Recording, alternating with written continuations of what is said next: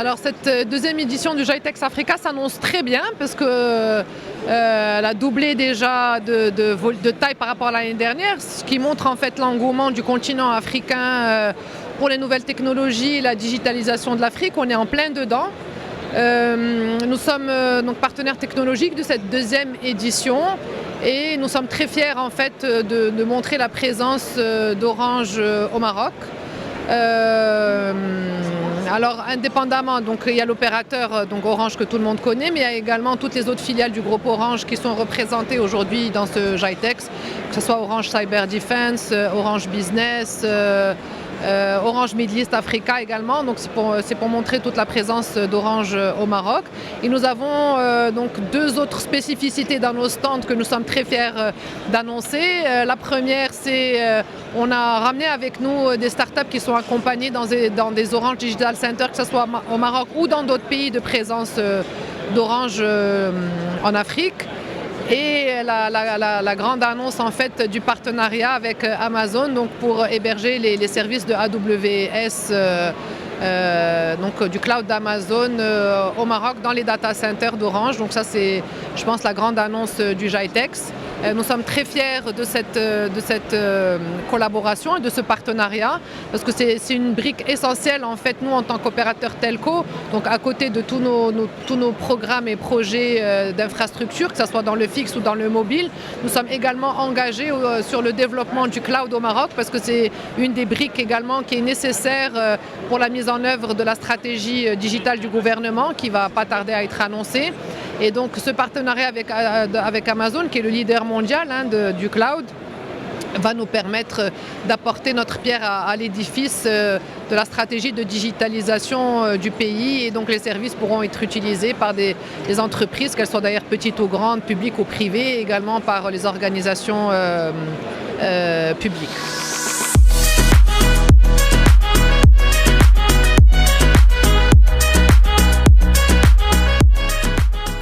Alors en fait, nous on a une stratégie qui est très claire, c'est de mettre toutes les briques qui sont nécessaires pour le développement du digital. Alors il y a non seulement notre stratégie du développement du très haut débit, donc que nous avons commencé il y a quelques années par le développement de la fibre, mais également on continue à investir dans le mobile, mais pas que. Donc je vous disais cette brique du cloud qui est extrêmement importante. Et le fait de ramener Amazon au Maroc va nous permettre de faire éclore un écosystème, parce que le but c'est pas uniquement pour les besoins d'Orange, mais c'est pour les besoins de tout l'écosystème, donc les entreprises. Aujourd'hui, Amazon est leader mondial du cloud et donc ça permettra de développer cet écosystème de start-up, d'intégrateurs, etc. dont le Maroc a besoin. Nous avons également toute la partie connectivité internationale. Vous avez vu l'année dernière, on avait fait l'annonce en fait de la signature du partenariat pour la construction d'un câble sous-marin qui va sortir de Nador vers Marseille. C'est en bonne voie. En fait, les travaux ont démarré, les surveilles au niveau de la mer aussi. Il est on track. Je ne vais pas vous dire un pourcentage, mais nous sommes dans les temps que nous avions annoncé. Donc voilà, les briques, c'est la connectivité fixe et mobile, c'est le cloud, la connectivité internationale et tous les services en fait que nous sommes en train de développer autour pour permettre, pour participer en fait à porter notre pierre à l'édifice à cette stratégie gouvernementale de la digitalisation du Maroc et de faire du Maroc une digital nation.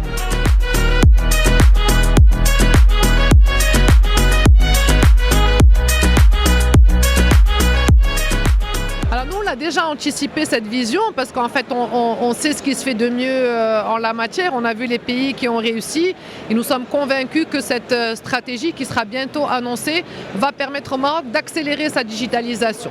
Donc nous sommes totalement confiants que la stratégie va permettre de faire en sorte que l'ensemble des parties prenantes au Maroc, que ce soit le secteur privé, le secteur public, les petites entreprises, les start-up, les grandes entreprises vont tous en fait avoir un objectif commun et que tous ensemble nous allons permettre à cette stratégie, Inch'Allah, de réussir et de faire de l'inclusion digitale et de la transformation digitale du Maroc une vraie stratégie de développement durable.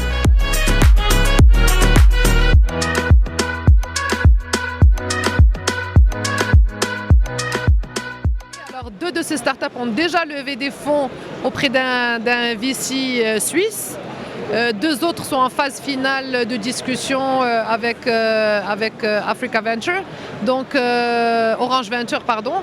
Et donc nous avons rentré une nouvelle cohorte parce que tous les ans nous faisons des appels à manifestation d'intérêt et donc on a rentré encore une dizaine de startups qui sont en train d'être accompagnées dans notre Orange Digital Center et dans nos Fab Labs.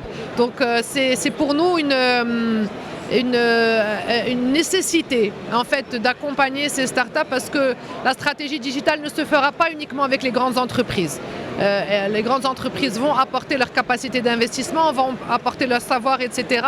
Mais nous sommes convaincus que les petites entreprises et les startups, avec leur agilité, etc., vont apporter toute l'innovation dont nous avons besoin pour que cet écosystème puisse donner ses fruits et qu'on puisse, Inch'Allah, réussir la digitalisation du pays.